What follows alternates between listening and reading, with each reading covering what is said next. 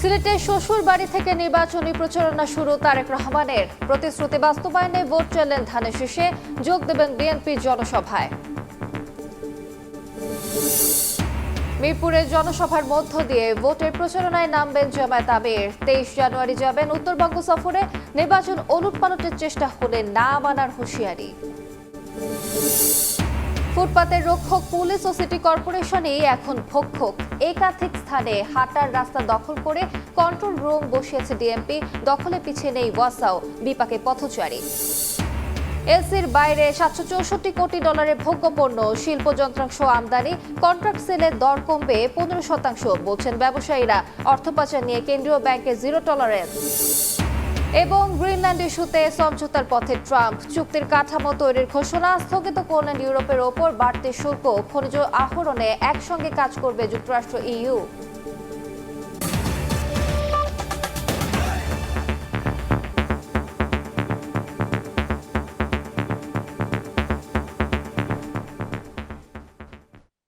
সকালের সময় সঙ্গে আছি আমি আলিশা ইসলাম।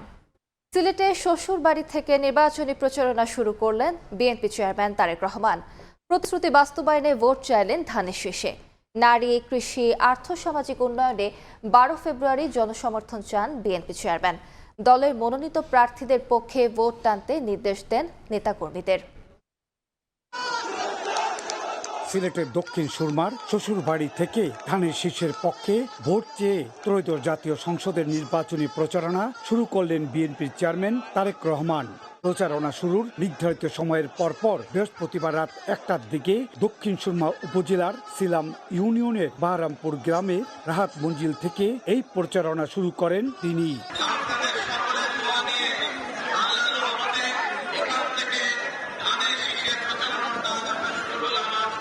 শ্বশুরবাড়ি পৌঁছানোর পরে উপস্থিত সাধারণ মানুষের উদ্দেশ্যে কথা বলেন বিএনপি চেয়ারম্যান। এ সময় নারীদের অধিকার রক্ষা ও স্বাবলম্বী করতে ফ্যামিলি কার্ড, কৃষকদের সচ্ছলতায় কৃষি কার্ড সহ জনগণের কাছে দেয়া প্রতিশ্রুতি বাস্তবায়নে সবার দোয়া চান তিনি।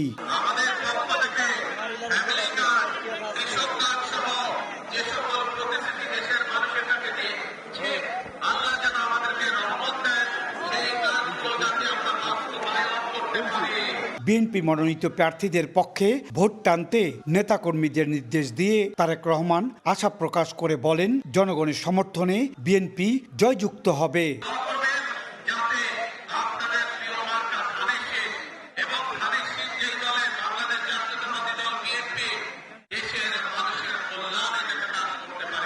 লন্ডনে নির্বাসিত জীবন কাটিয়ে 17 বছর পর দেশে ফিরে ঢাকার বাইরে সিলেট থেকেই নির্বাচনী প্রচারণা শুরু করলেন তারেক রহমান। এর আগে রাতে সিলেট পৌঁছান তিনি। সেখানে সস্ত্রীক হযরত শাহজালাল ও হযরত শাহপরান রহমতুল্লাহি আলাইহির মাজার জিয়ারত করেন বিএনপি চেয়ারম্যান। বৃহস্পতিবার বেলা 11টায় নগরীর আলিয়া মাদ্রাসা মাঠে জনসভায় যোগ দিয়ে প্রচারণা চালাবেন তারেক রহমান। এছাড়া মৌলভীবাজার, হবিগঞ্জ, ব্রাহ্মণবাড়িয়া, ভৈরব, নরসিংদী ও নারায়ণগঞ্জ সহ বেশ কয়েকটি স্থানে জনসভা ও পথসভা করার কথা রয়েছে বিএনপি চেয়ারম্যানের। ইকরামুল কবির, সময় সংবাদ, সিলেট। এদিকে বিএনপি জনসভাকে কেন্দ্র করে সিলেটের আলিয়া মাদ্রাসা মাঠে আসতে শুরু করেছেন নেতাকর্মীরা। সেখানে আছেন সহকর্মী আমিনুল ইসলাম। সরাসরি চলে যাচ্ছি তার কাছে। আমিনুল, ঠিক এই মুহূর্তে আমরা রয়েছি সিলেটের আলিয়া মাদ্রাসা মাঠে। আপনারা হয়তো আমার পেছনে দেখতে পাচ্ছেন, ইতিমধ্যেই কিন্তু কানায় কানায় পূর্ণ হয়ে উঠেছে সিলেটের এই আলিয়া মাদ্রাসা মাঠ, যেখানে জনসভা হবে। আপনারা অন্যান্য রাজনৈতিক দলের বেলায় আমরা যেটি দেখি, আমরা গেল কয়েকটি দফায় এখানে বড় বড় রাজনৈতিক দলের কর্মসূচি দেখেছি। মাঠে আসলে খুব এত সংখ্যক লোক আমরা এত সকালবেলা আমরা দেখি না। ইতিমধ্যেই কিন্তু বিভিন্ন জেলা থেকে, আপনারা জানেন যে 4টি জেলা থেকে সিলেটের বাইরে সুনামগঞ্জ, মৌলভীবাজার, হবিগঞ্জ যে 3টি জেলা রয়েছে, সেই জেলাগুলো থেকে মানুষজন রাতেই চলে এসেছেন। অনেকে মাঠে থেকেছেন, অনেকে হোটেলে জায়গা পাননি, এরকমভাবে আসলে থেকেছেন। আপনারা ইতিমধ্যে দেখতে পাচ্ছেন যে এখানে তারেক রহমান বেলা 11টায় যে মঞ্চটিতে উঠবেন, তার সামনে ইতিমধ্যেই বিএনপির বিভিন্ন অঙ্গ সংগঠনের নেতাকর্মী নেতাকর্মীরা কিন্তু ভিড় করেছেন। তারা আপনারা দেখতে পাচ্ছেন ব্যানার ফেস্টুন থেকে শুরু করে রং বেরঙের টুপি পরেছেন।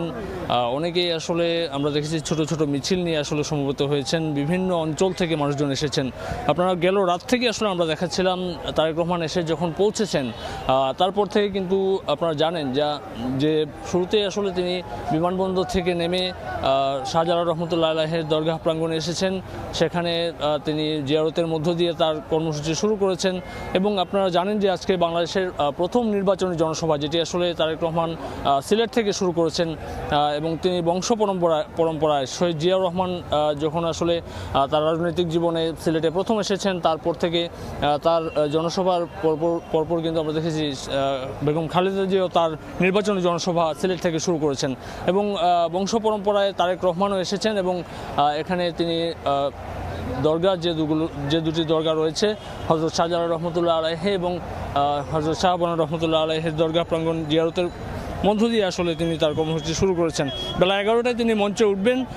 ইতিমধ্যেই কিন্তু আপনারা দেখতে পাচ্ছেন যে কানায় কানায় পূর্ণ হয়ে উঠেছে পুরো মাঠ। বিভিন্ন অঞ্চল থেকে আসলে নেতাকর্মীরা এসেছেন। এখন আসলে অধীর আগ্রহে তারা অপেক্ষা করছেন কখন তারা তাদের প্রিয় নেতাকে দেখবেন এবং তার যে নির্বাচনে আসলে যে প্রতিশ্রুতিগুলি তিনি দিবেন এবং দিক নির্দেশনা দেবেন। এই ছিল আমার কাছ থেকে সিলেটের আলিয়া মাদ্রাসা মাঠ থেকে জনসভা স্থলের সর্বশেষ। সরাসরি যুক্ত ছিলাম সিলেটে। ত্রয়োদশ জাতীয় সংসদ নির্বাচন সামনে রেখে থিম সং উদ্বোধন করল বিএনপি। রাজধানীর একটি হোটেলে আনুষ্ঠানিক উদ্বোধনীতে নেতাকর্মীদের পাশাপাশি অংশ নেন ক্রীড়াবিদ, সংস্কৃতিকর্মী সহ নানা শ্রেণী পেশার মানুষ। সঙ্গীত, আলো ও ভিজুয়ালের সমন্বয়ে আয়োজনটি পরিণত হয় নির্বাচনী উৎসবে। ঘড়ির কাঁটায় রাত 12টা বাজতেই প্রথমবারের মতো বেজে ওঠে বাংলাদেশ জাতীয়তাবাদী দল বিএনপির নির্বাচনী থিম সং। বিএনপির কেন্দ্রীয় নির্বাচন পরিচালনা কমিটির নেতৃবৃন্দকে সঙ্গে নিয়ে নির্বাচনী থিম সং-এর আনুষ্ঠানিক উদ্বোধন করেন দলটির সিনিয়র যুগ্ম মহাসচিব অ্যাডভোকেট রুহুল কবির রিজভী। বুধবার রাতে রাজধানীর গুলশানে আয়োজিত অনুষ্ঠানে দলীয় নেতাকর্মীদের পাশাপাশি অংশ নেন অভিনেতা, ক্রীড়াবিদ, শিল্পী ও কলাকুশলীরা। এ সময় রুহুল কবির রিজভী বলেন, ফ্যাসিবাদের ভয়াবহতায় বিগত দিনে নির্বাচনী আমেজ ফিকে হয়েছিল।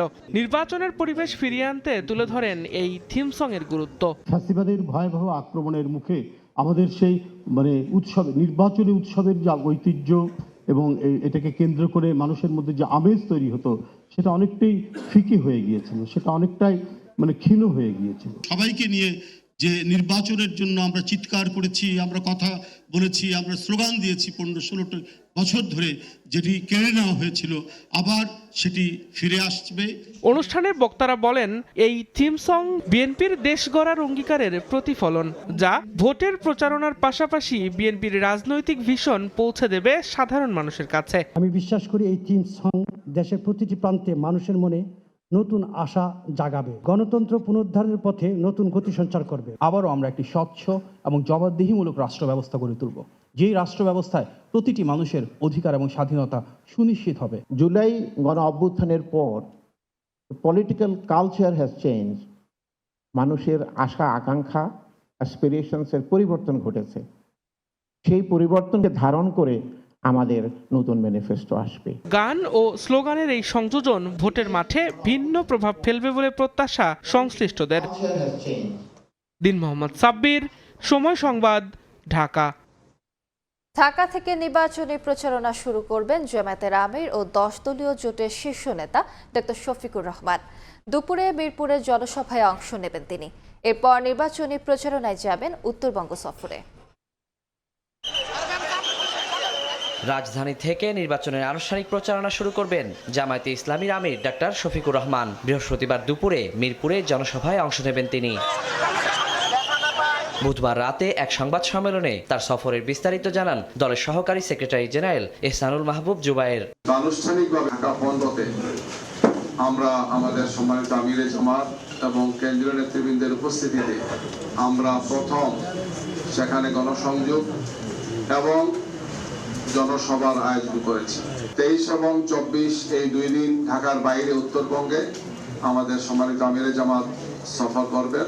23 জানুয়ারি সকালে দিনাজপুরের গোরে শহীদ ঈদগাহ মাঠে জনসমাবেশে যোগ দেবেন জামায়াত আমির। এরপর পর্যায়ক্রমে পঞ্চগড়, ঠাকুরগাঁও, রংপুর ও গাইবান্ধায় নির্বাচনী সমাবেশে অংশ নেবেন ডক্টর শফিকুর রহমান। ওয়ার্ড পাড়ায় মহল্লায় আমরা একটি নতুন ধরনের মাত্রা দেখতে পাচ্ছি, জনশক্তিদের মাঝে উচ্ছ্বাস, আনন্দ, উদ্দীপনা। তিনি আমাদের ঠাকুরগাঁয়ে কি বার্তা দিয়ে যাবে এটা আমরা উপভোগ করার জন্য ইনশাল্লাহ আমরা আগে ভাগে সকাল 10টায় রওনা দিব ইনশাআল্লাহ। আমরা আশা করি সবার অংশগ্রহণে জনসভাটি সফল হবে ইনশাল্লাহ। আমরা আভ্যন্তরীণভাবে, সাংগঠনিকভাবে আমরা যথেষ্ট বিভিন্ন লেয়ারে আমরা নিরাপত্তার ব্যবস্থা করেছি এবং প্রশাসনের সাথে আমরা কথা বলেছি।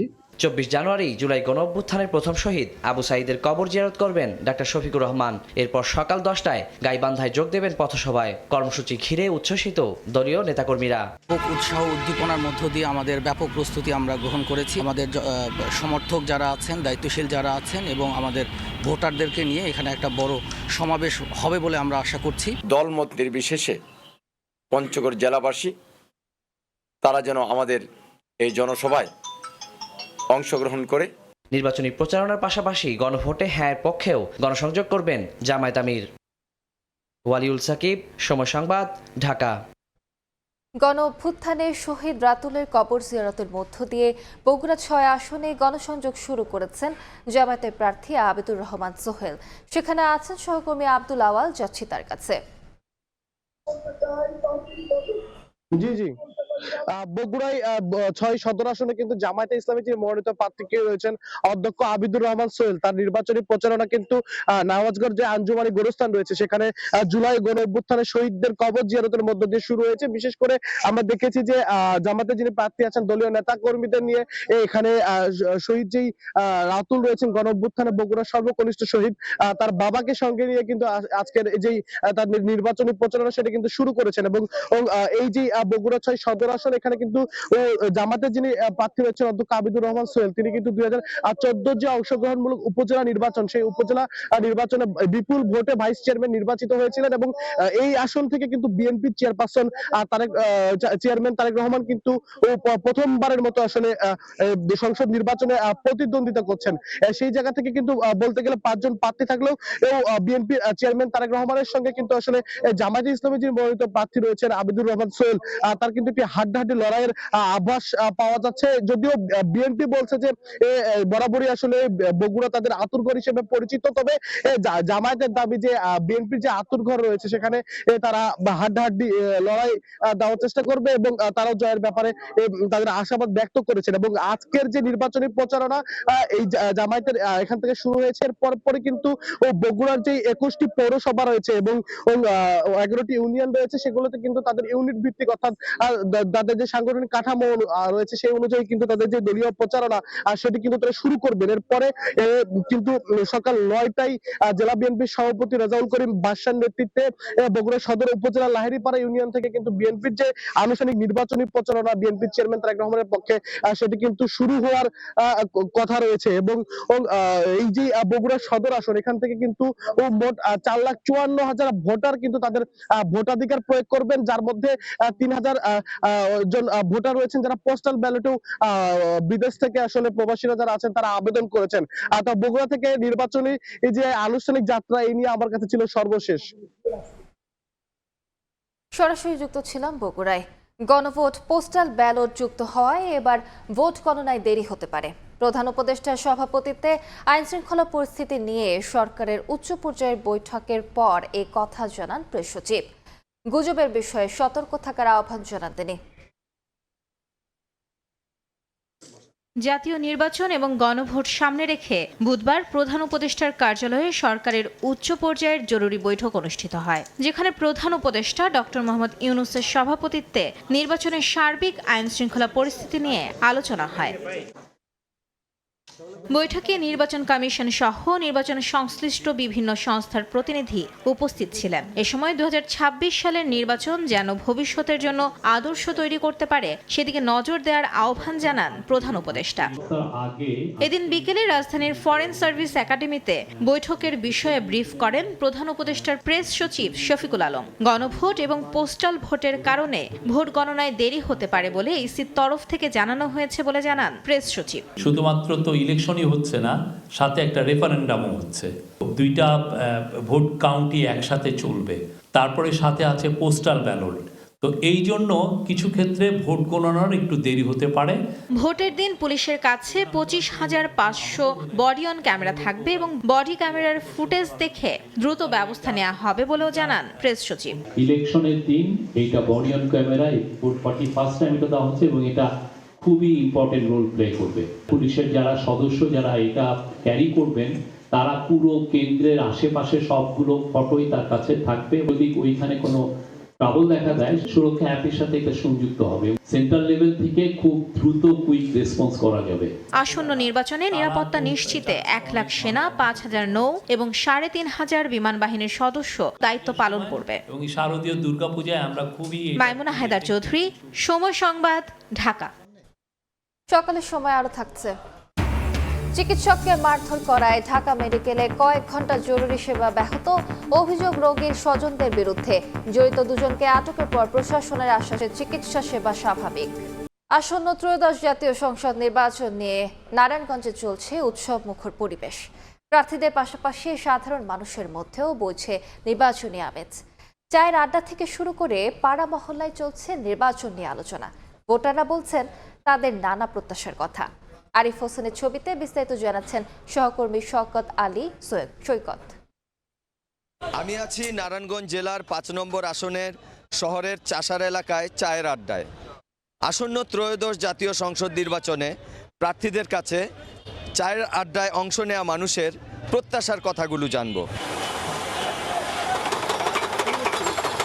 আমরা আসলে সবসময় চাই একজন যোগ্য সৎ প্রার্থী যিনি জনগণের পাশে থাকবেন। থাকে গুলশান বনানীতে, তাদের বাসভবন থাকে ওখানে, সে জায়গায় আমাদের এলাকার অনেক সময় নজর দিতে পারে না। আমাদের এরকম একটি প্রার্থী যে সকাল বিকাল এবং সব সময় থাকবে। আমি চাই এমন প্রতিনিধি আসুক যে জনগণের সাথে কানেক্টেড থাকবে, তার কমিটমেন্ট ঠিক রাখতে হবে, যে আমাদের সুখ দুঃখ এবং সবকিছু সে নিজের মতো করে আমাদের দেখবে, এরকম প্রার্থী আশা করি। এই পর্যায়ে কাজ করবো, এই পর্যায়ে কাজ করবো, জনসাধারণের কোনো দেখবে না তারা, এই প্রতিনিধি আমরা চাই না। সাধারণ জনগণ যে ভালো থাকে, দুর্নীতি না হয়, চাঁদাবাজি না হয়, ইসলামিক রাষ্ট্র কায়েম হয়, আমরা সেটাই চাই।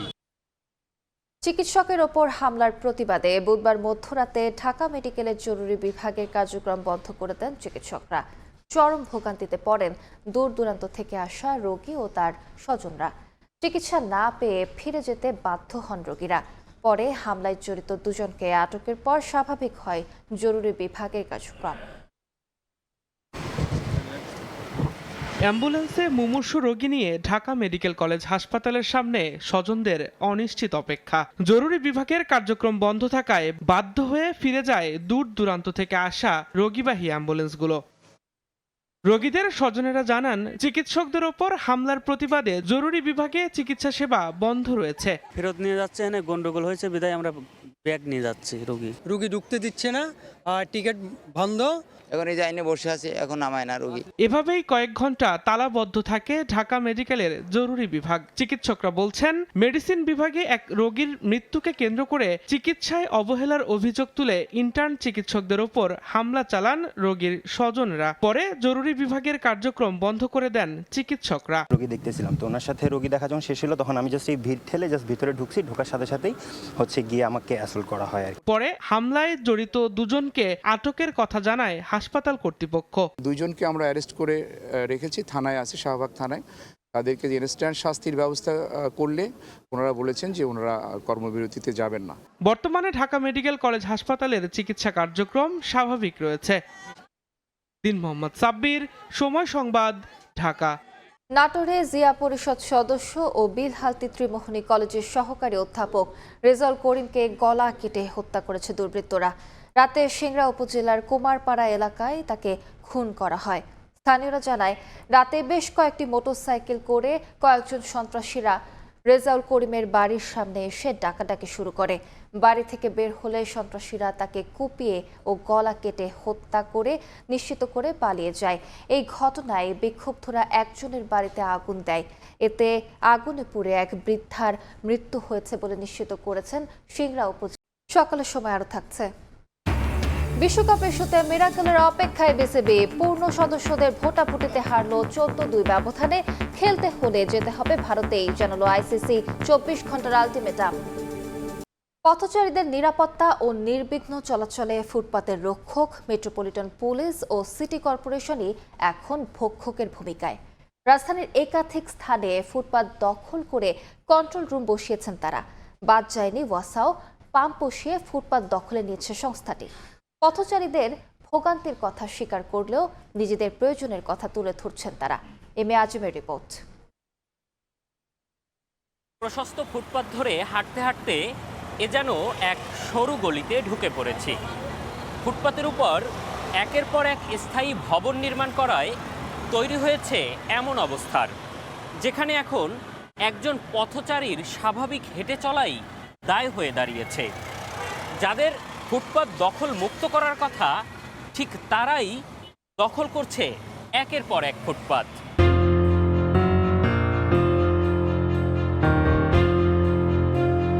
জাহাঙ্গীর গেটের উল্টো পাশের ফুটপাতে প্রথমে বসানো হয়েছে ট্রাফিক পুলিশ বক্স। তার পেছনেই এখন ঢাকা উত্তর সিটি কর্পোরেশন নির্মাণ করেছে সিগন্যাল লাইট কন্ট্রোল রুম। পরপর দুটি স্থাপনা নির্মাণ করায় পথচারী চলাচল এখন বন্ধের পথে।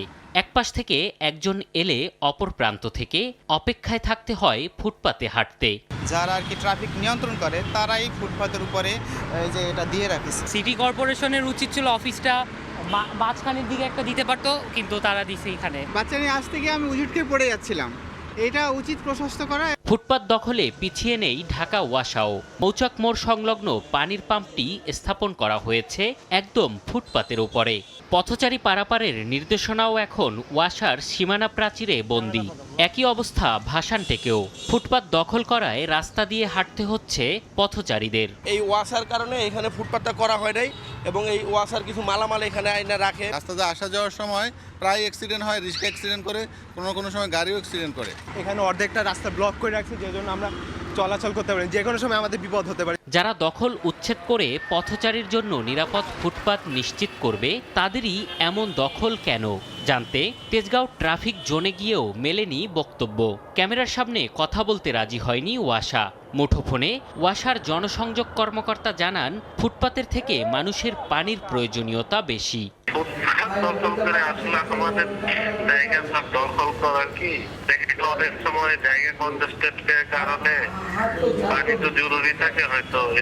তবে ঢাকা উত্তর সিটি কর্পোরেশন বলছে, ঢাকা মেট্রোপলিটন পুলিশ সহ সংশ্লিষ্টদের পরামর্শেই ফুটপাতে কন্ট্রোল রুম বসিয়েছেন তারা। একটা জায়গার জন্য অ্যাকুইজিশন করে ফুটপাত চওড়া অক্ষুণ্ণ রেখে নতুনভাবে জায়গা অ্যাকোয়ার করা, এটা প্রায় 6 মাস থেকে 1 বছর মেয়াদি একটা প্রক্রিয়া। বুয়েট সবচেয়ে কম ক্ষতি করে মানুষের চলাচলের প্রতিবন্ধকতাকে যাতে সবচেয়ে কম হয় সেই জায়গাকে চিহ্নিত করেই এই জায়গাটুকু করা হয়েছে। সড়ক পরিবহন আইন 2018 এর আওতায় পথচারীদের নিরাপত্তা ও নির্বিঘ্নে চলাচলে ফুটপাত দখলমুক্ত রাখার কথা মেট্রোপলিটন পুলিশ ও সিটি কর্পোরেশনের। এম এ আজিম, সময় সংবাদ, ঢাকা। এলসির বাইরে 764 কোটি মার্কিন ডলারের ভোগ্যপণ্য, শিল্প যন্ত্রাংশ ও কাঁচামাল আমদানি করা হয়েছে কন্ট্রাক্টের মাধ্যমে। কন্ট্রাক্ট সেলে আমদানি বাড়ানো গেলে নিত্যপণ্যের বাজার দর 10 থেকে 15% কমে আসবে বলছেন ব্যবসায়ীরা। কন্ট্রাক্ট সেল বাড়ানোর পক্ষে অবস্থান জানিয়ে বাণিজ্যের আড়ালে অর্থ পাচার রোধে কড়াকড়ি থাকবে কেন্দ্রীয় ব্যাংকের। Cilia সুলতানার report. 2025 জুলাইয়ে 8.55% মূল্যস্ফীতির মধ্যে 1.75%ই ছিল চালের কারণে। চাহিদা আর যোগানের মধ্যে ঘাটতি পূরণের ব্যবধানে এ সময় চালের দাম বাড়ে 10.84%। এর 6 মাস পর রমজানের আগেই একইভাবে বন্দরে পণ্য খালাসে ধীরগতির সুযোগে 1 সপ্তাহের ব্যবধানে নিত্যপণ্যের বাজারে বেড়েছে 3 থেকে 5 টাকা। ভোগ্য ছাড়াও ফিনিশিং পণ্য রপ্তানিতে দেশের উৎপাদন ও শিল্প খাতের অনেকাংশই আমদানি নির্ভর। ফলে লিড টাইম মেনে পণ্য রপ্তানিতে এলসি জটিলতার থেকে বেরিয়ে কন্ট্রাক্টে আমদানির পক্ষে ব্যবসায়ীরা। এলসি তো সে অনেক মান্দাতা আমলের সিস্টেম, ওই সিস্টেম আর হবে না এখন আমাদের মডার্ন পদ্ধতি ইউজ করতে হবে, যেখানে আমাদের ঝামেলা কম, যেখানে সুবিধা আমরা পাবো সেদিকে আমরা যাব। বাংলাদেশ ব্যাংকের তথ্য বলছে 2025-এর অক্টোবর পর্যন্ত 10 মাসে এলসির মাধ্যমে 60 বিলিয়নের বিপরীতে মাত্র 7.64 বিলিয়ন মার্কিন ডলারের ভোগ্য, শিল্প, যন্ত্রাংশ ও কাঁচামাল আমদানি করা হয় কন্ট্রাক্টের মাধ্যমে, যা মাত্র 12.5%। এলসি খুলতে গেলে তখন বলে আপনি এই দেন, কোলাটারাল সিকিউরিটি দেন, যদি আপনি টাকা না দেন 9-6 করে আমাদেরকে ফিরিয়ে দেয়। এই নিয়মে যদি আমরা পণ্য আমদানি করতে পারি তাহলে বর্তমানে এই বাজার ব্যবস্থা থেকে অন্তত 10 থেকে 15% নিম্ন দরে ভোক্তার কাছে আমরা এই পণ্য পৌঁছাতে পারবো। শিল্প খাতে গতি আনতে ও ভোগ্যপণ্যের বাজারের নৈরাজ্য বন্ধে কন্ট্রাক্টের মাধ্যমে আমদানি রপ্তানির পক্ষে মন্ত্রণালয়ে নিজেদের মতামত জানিয়েছে বাংলাদেশ ব্যাংক। তবে বাণিজ্যের আড়ালে অর্থ পাচার রোধে জিরো টলারেন্স অবস্থানে কেন্দ্রীয় bank. Bangladesh bank contract based foreign exchange ট্রানজ্যাকশনে বিশ্বাসী না, একথা বলবো না, কিন্তু আমরা যে কোনো ট্রানজ্যাকশনের ক্ষেত্রে মানি লন্ডারিং বিষয়টা যাতে অ্যাড্রেসড হয় সেটার উপর জোর দিতে চাই। ব্যবসায়ীরা নিজেদের সুসম্পর্ক ও বিশ্বাসের ভিত্তিতে শর্ত শিথিল করে পণ্য ক্রয় বিক্রয় করতে পারেন কন্ট্রাক্টের মাধ্যমে। এতে পুরো অর্থ নগদায়ন করে আমদানির বাধ্যবাধকতা না থাকলেও গ্রহণযোগ্য সার্বজনীন আদর্শরূপ বজায় রাখতে হবে ব্যাংক ও ব্যবসায়ীদের, জানিয়েছে কেন্দ্রীয় ব্যাংক। সেলিয়া সুলতানা, সময় সংবাদ, ঢাকা। এক বছরে বেনাপোল দিয়ে ভারতের রফতানি কমে নেমেছে অর্ধেকে। এজন্য রাজনৈতিক টানাপোড়েনকে দায়ী করছেন ব্যবসায়ীরা। বন্দর কর্তৃপক্ষ বলছে, বিভিন্ন পণ্য রফতানিতে আরোপ করা ভারতীয় নিষেধাজ্ঞা উঠে গেলে আবারও স্বাভাবিক হবে দ্বিপাক্ষিক বাণিজ্য। বাংলাদেশ থেকে প্রতি বছর ভারতে রফতানি হয় $2 বিলিয়ন পণ্য। এসব পণ্যের বড় একটি অংশ যায় বেনাপোল বন্দর দিয়ে। 2024 সালে কেবল এই বন্দরটি দিয়ে 90,823টি ট্রাকে 4,70,024 মেট্রিক টন পণ্য রফতানি হয়। আর 2025 সালে 30,093 ট্রাকে রফতানি কমে দাঁড়ায় 2,61,423 মেট্রিক টনে। বছর ব্যবধানে রফতানি কমেছে 2,08,600 মেট্রিক টন। রফতানি হওয়া পণ্যের 90% পরিবহন হয় স্থলপথে আর 10% সমুদ্র বা আকাশপথে। তবে 5 আগস্ট দেশের ছাত্র জনতা আন্দোলনে সরকার পরিবর্তনে ক্ষমতাচ্যুত হয়ে সাবেক প্রধানমন্ত্রী শেখ হাসিনা ভারতে রাজনৈতিক আশ্রয় নেয়। এরপর থেকে দুই দেশের কূটনৈতিক সম্পর্কে দেখা দেয় টানাপোড়েন, যার প্রভাব পড়েছে বাণিজ্যে। 5 আগস্টের পরে বেনাপোল বন্দর দিয়ে আমদানি রপ্তানি খুবই কমে গেছে। আমাদের বিভিন্ন হয়রানি করা হচ্ছে এবং মাল নামাচ্ছে না। ব্যবসায়ীরা বলছেন, দেশে এক সময়ের আমদানি নির্ভর পণ্যের অভ্যন্তরীণ উৎপাদন রয়েছে। তবে এসব পণ্যে ভারতের নিষেধাজ্ঞা আসায় অনেক প্রতিষ্ঠান বন্ধের পথে, কর্মসংস্থান হারাচ্ছে মানুষ। সংকট উত্তরণে কার্যকর ব্যবস্থা নেয় বাণিজ্য ঘাটতির কবলে পড়েছে বন্দর। আমাদের বাংলাদেশ থেকে অনেক রপ্তানি কমে গেছে, তো এটা এখন মোকাবেলা করা বাংলাদেশের জন্য বড় একটা চ্যালেঞ্জ। যদি এগুলো সরকারের হস্তক্ষেপ করে তাহলে আশা করি বেনাপোল দিয়ে আবার আমদানি রপ্তানি বেড়ে যাবে। এদিকে নিষেধাজ্ঞা প্রত্যাহার হলে রফতানিতে গতি ফেরার আশা বেনাপোল বন্দর কর্তৃপক্ষের। আশা করি সামনে হয়তো এই সমস্ত নিষেধাজ্ঞা উঠে যাবে, তখন আমদানি রপ্তানি আরো স্বাভাবিক হবে এবং বৃদ্ধি পাবে। 2024 সালে সরকার পরিবর্তনের আগে প্রতিদিন রফতানি পণ্যের পরিমাণ 250 থেকে 300 ট্রাক হলেও চলতি বছরের শুরুতে রফতানির পরিমাণ দাঁড়িয়েছে গড়ে 50 থেকে 60 ট্রাকে। সময় সংবাদ, বেনাপোল। বাগেরহাটের মোল্লাহাটে ভাঙছে খরস্রোতা মধুমতি। গত কয়েক মাসে মাথা গোঁজার ঠাঁই হারিয়েছেন অন্তত 500 পরিবার। নতুন করে বিলীন হওয়ার ঝুঁকিতে তীরবর্তী বসতবাড়ি, ফসলি জমি ও শিক্ষা প্রতিষ্ঠান। স্থানীয়দের অভিযোগ, ভাঙন প্রতিরোধে পানি উন্নয়ন বোর্ড ব্যবস্থা নেয়ার আশ্বাস দিলেও গত কয়েক বছরেও নেওয়া হয়নি স্থায়ী কোনো উদ্যোগ। আলী আকবর টুটুলের তথ্য ও আমিনুল ইসলামের ছবিতে রিপোর্ট। বাগেরহাটের মোল্লাহাট উপজেলায় বয়ে গেছে খরস্রোতা নদী মধুমতি। শীত মৌসুমে জোয়ার ভাটাসহ তীব্র স্রোতে সৃষ্টি হয় ভাঙন। গত কয়েক মাসে উপজেলা সদরসহ 3 কিলোমিটার এলাকায় সড়ক, বসতবাড়ি, ফসলি জমি ও শিক্ষা প্রতিষ্ঠান সহ 5 শতাধিক স্থাপনা বিলীন হয়েছে নদীগর্ভে। মাথা গোজার ঠাঁই হারিয়েছে অন্তত 500 পরিবার। নদী ভাঙন আতঙ্ক নিয়েই দিন কাটছে স্থানীয়দের। এজন্য কার্যকরী বাঁধ নির্মাণের দাবি এলাকাবাসীর। ভাঙতে ভাঙতে আমাকে নাই কিছু, কোন জায়গায় যাবো, কিভাবে এই জায়গায় থাকবো, কিভাবে কি করবো, তাই রাতে দিনই কোনো সময় ঘুম আসে না। যখন আমাদের বাড়িটা ভেঙে গেছে, আমরা ঘর সরানোরও আমাদের ক্ষমতা ছিল না। এখনো যেগুলো আছে অনেক হুমকির মুখে। গত বছর করছে, এবছরে যা আবার বসে গেছে। দিশে আমরা ভূমিহীন, দিন দিন ভূমিহীন হয়ে যাচ্ছি। ভাঙনের ফলে এখান থেকে যাতায়াত কষ্টকর। বাদ পরিস্থিতি নিয়ে আমরা তো আমরা ভয় এবং আতঙ্কের মধ্যে আছি। সরকার আমাদের একটু সাহায্য করতে আমাদের ভালো হতো। ভাঙনটা ঠেকাবার জন্য একটা নতুন পাইলিংয়ের ব্যবস্থা করা হয় এবং সেটা হবে সিসি ব্লক। প্রায় ২০ বছর ধরে মোল্লাহাট উপজেলায় মধুমতির ভাঙন অব্যাহত। অস্থায়ীভাবে ব্যবস্থা নেওয়া হলেও টেকসই হয় না ১ বছরও। আর স্থায়ী বাঁধ তৈরির আশ্বাস দেয়া হলেও তা বাস্তবায়ন হয় না। গারফা বাজার এবং সোনাপুর এলাকা রক্ষার্থে একটি প্রকল্প প্রস্তাবনা প্রস্তুত করা হচ্ছে। আশা করছি প্রকল্পটি অনুমোদিত হলে দ্রুতই এখানে কাজ বাস্তবায়ন করে এই এলাকার ভাঙন রোধ করা সম্ভব হবে। জেলার রামপাল, মোরেলগঞ্জ সদর ও মোংলা সহ ৫ উপজেলার ৭ কিলোমিটারের বেশি এলাকায় অব্যাহত নদী ভাঙন। সময় সংবাদ, বাগেরহাট। ফেব্রুয়ারি দেশের ফুলের বাজারের সবচেয়ে বড় মৌসুম। বসন্ত উৎসব, ভালোবাসা দিবস আর আন্তর্জাতিক মাতৃভাষা দিবসের পাশাপাশি এবার ১২ ফেব্রুয়ারি যোগ হয়েছে জাতীয় সংসদ নির্বাচন। এজন্য ব্যস্ত সময় পার করছেন যশোরের গদখালি ও ঝিনাইদহের চাষিরা। তবে রাজনৈতিক অস্থিরতা সৃষ্টি হলে বাজার নষ্টের শঙ্কা তাদের। বিস্তারিত রিপোর্টে।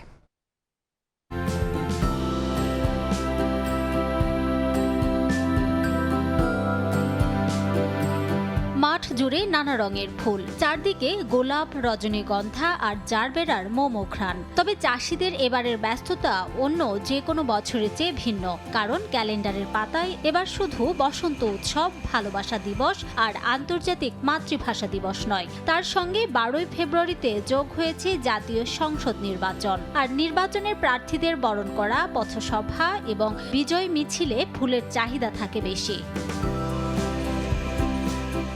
বছরের সবচেয়ে বড় বিপণন মৌসুম সামনে রেখে যশোরের গদখালি ও ঝিনাইদহের চাষিরা এখন ব্যস্ত সময় পার করছেন ফুল চাষে। সবুজ পাতার ফাঁকে মাথা তুলে থাকা ফুলগুলো যেন সৌন্দর্যের প্রতিযোগিতায় মেতে উঠেছে। দাম ভালো পেলে গত বছরের মতো এবারও লাভের আশা চাষিদের। তবে এবার নির্বাচনের প্রভাব পড়তে পারে ফুলের দামে, কেননা রাজনৈতিক অস্থিরতা সৃষ্টি হলে নষ্ট হয়ে যেতে পারে পুরো মৌসুমের বাজার।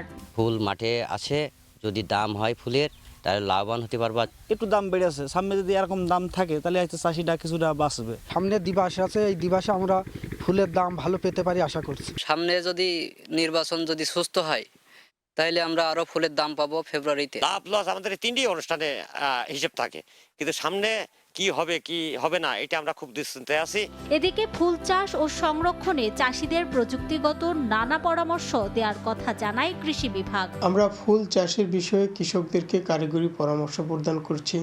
আমরা বিভিন্ন বিষয়ে তাদের মাঠ দিবস এবং প্রশিক্ষণের মাধ্যমে আমরা তাদেরকে পরামর্শ প্রদান করে থাকি যেন ফুলের গুণগত মান ভালো হয় এবং কৃষকরা যেন লাভবান হতে পারে। কৃষি বিভাগের তথ্য মতে যশোরে ৬৪১ হেক্টর ও ঝিনাইদহে ৪৮৯ হেক্টর জমিতে আবাদ করা হয়েছে নানা জাতের ফুল।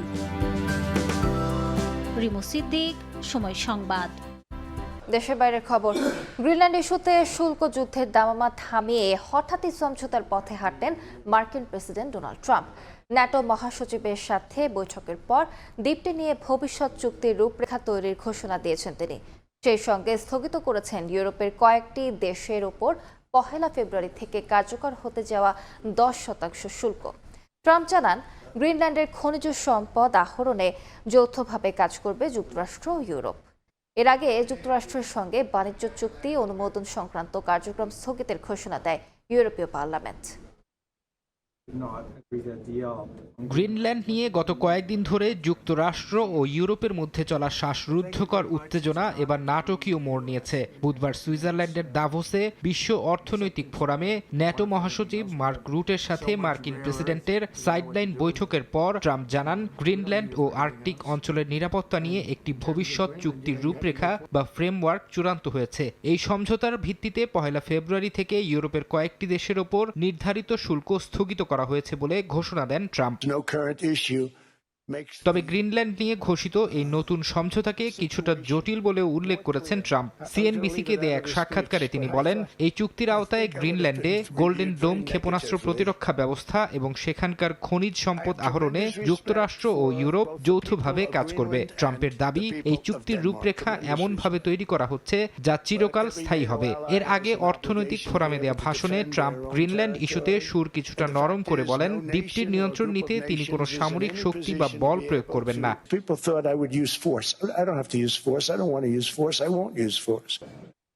ট্রাম্পের এই সুর নরম করাকে ইতিবাচক হিসেবে দেখছেন ডেনমার্কের পররাষ্ট্রমন্ত্রী লার্স রাসমুসেন। তিনি বলেন, শুল্ক আরোপ না করা এবং শক্তি প্রয়োগ থেকে সরে আসার ঘোষণা যুক্তরাষ্ট্রের সঙ্গে পুনরায় গঠনমূলক কূটনৈতিক আলোচনার পথ প্রশস্ত করবে। তবে রাসমুসেন সতর্ক করে বলেন, গ্রিনল্যান্ড নিয়ে ট্রাম্পের এমন কিছু পরিকল্পনা এখনও রয়েছে যা ডেনমার্ক সমর্থন করে না। এদিকে ট্রাম্প রুটো বৈঠকের আগে যুক্তরাষ্ট্রের সঙ্গে বাণিজ্য চুক্তি অনুমোদন সংক্রান্ত কার্যক্রম স্থগিতের ঘোষণা দেয় ইউরোপীয় পার্লামেন্ট। মার্কিন প্রেসিডেন্টের গ্রিনল্যান্ড অধিগ্রহণের চেষ্টা এবং এতে আপত্তি জানানো ইউরোপীয় মিত্রদের ওপর শুল্ক আরোপের হুমকির প্রতিবাদে এমন সিদ্ধান্ত নেন ইইউর আইন প্রণেতারা। ফরহাদ চৌধুরী, সময় সংবাদ। গাজার শান্তি পরিষদে যুক্ত হওয়ার ঘোষণা দিয়েছে পাকিস্তান, তুরস্ক, সৌদি আরব সহ 8টি মুসলিম দেশ। উপত্যকায় যুদ্ধবিরতি টিকিয়ে রাখা, অবাধে ত্রাণ প্রবেশ ও স্বাধীন ফিলিস্তিন রাষ্ট্র গঠনে জোর দিচ্ছে দেশগুলো। এদিকে যুদ্ধবিরতির মধ্যেও গাজায় চলছে ইসরায়েলি বর্বরতা। দখলদার বাহিনীর হামলায় 3 সাংবাদিক সহ 11 জন নিহত হয়েছেন।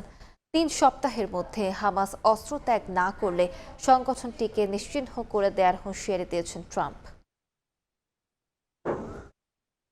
গাজার মাটিতে থামছে না প্রাণহানি। যুদ্ধবিরতি ছাপিয়ে এখনো আকাশ থেকে বোমা ফেলে চলেছে ইসরায়েল। বুধবার উপত্যকায় ড্রোন পরিচালনাকারী সন্দেহভাজনদের লক্ষ্য করে হামলা চালানোর দাবি করে নেতানিয়াহুর সেনারা। পরে জানা যায়, তাদের হামলায় প্রাণ গেছে মিশরীয় ত্রাণ সংস্থার হয়ে কাজ করা কয়েকজন সাংবাদিকের। পুড়ে যাওয়া ধ্বংসস্তূপ থেকে উদ্ধার করা হয় তাদের মরদেহ।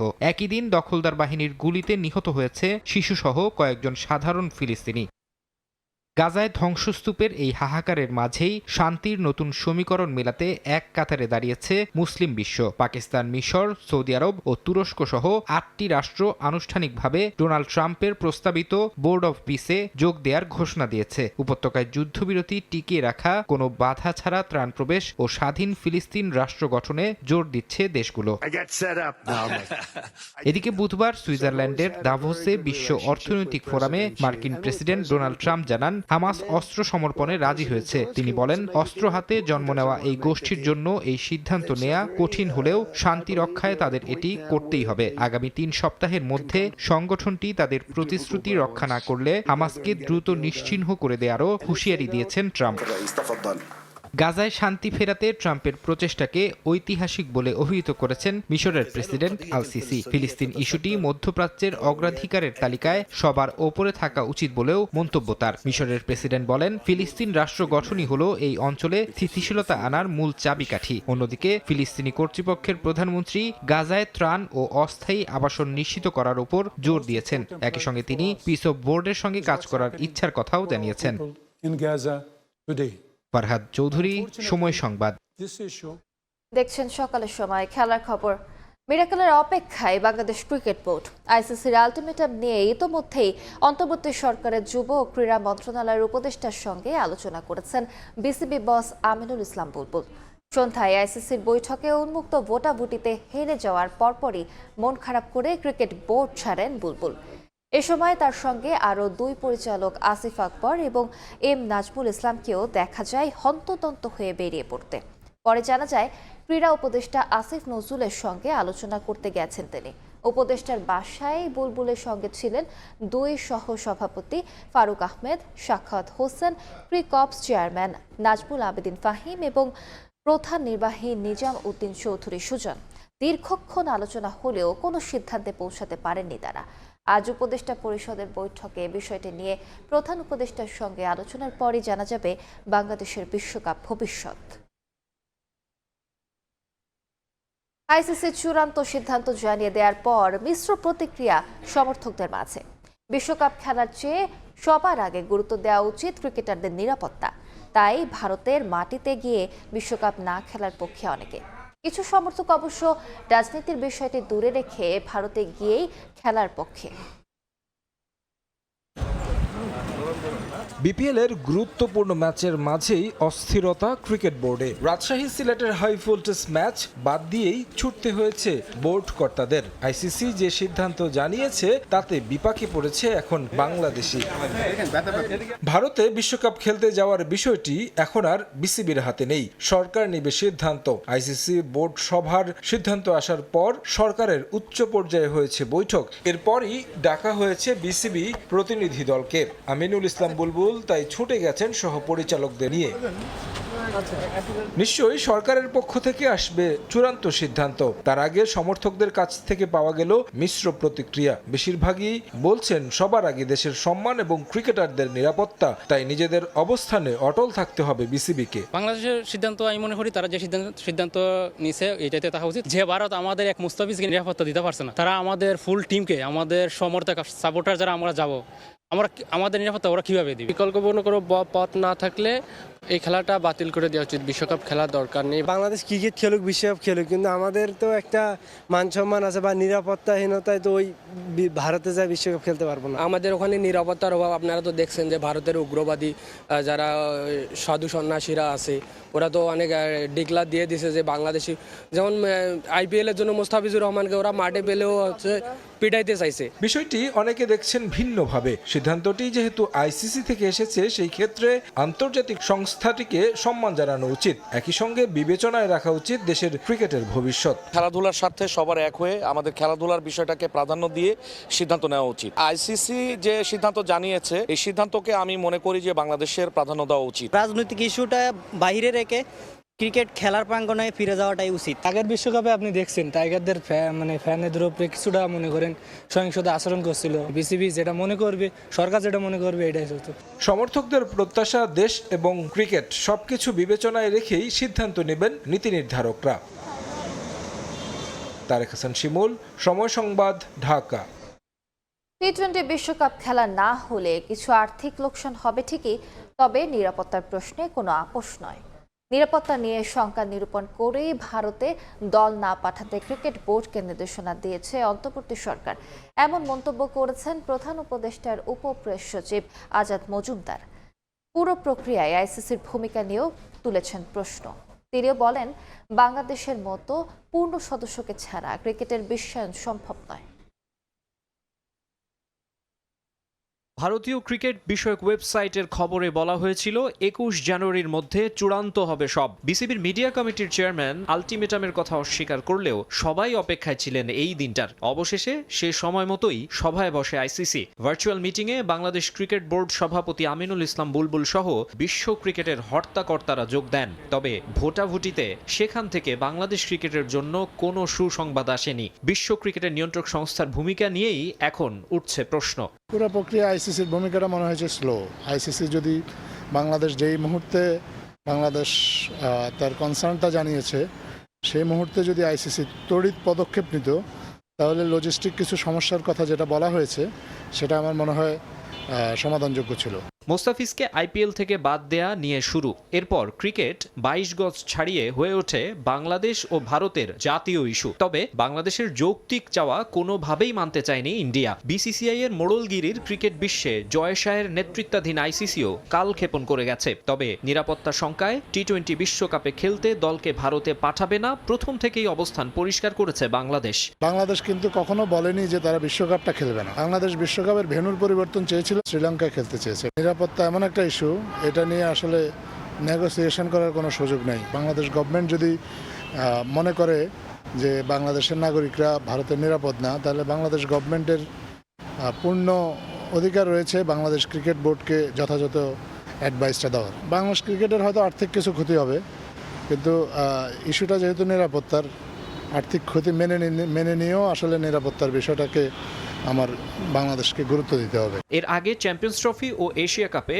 ভারত পাকিস্তানের জন্য ভেন্যু পরিবর্তন হলেও বাংলাদেশের ক্ষেত্রে কেন এমন সিদ্ধান্ত, প্রশ্ন তুলছেন বাংলাদেশের ক্রিকেট সংশ্লিষ্টরা। আইসিসির নিরপেক্ষতা নিয়ে প্রশ্ন তুলছেন ক্ষুব্ধ দর্শকরাও। আইসিসি যখন ক্রিকেট নিয়ে কাজ করে, তারা যেই মুহূর্তে ক্রিকেটের বিশ্বায়নের জন্য কাজ করছে, সেই মুহূর্তে বাংলাদেশকে উপেক্ষা করার কোনো আইসিসির কোনো সুযোগ নেই। মাকসুম আলম খান, সময় সংবাদ, ঢাকা। এ পর্যায়ে শীর্ষ সংবাদগুলো জানিয়ে দিচ্ছি আরেকবার।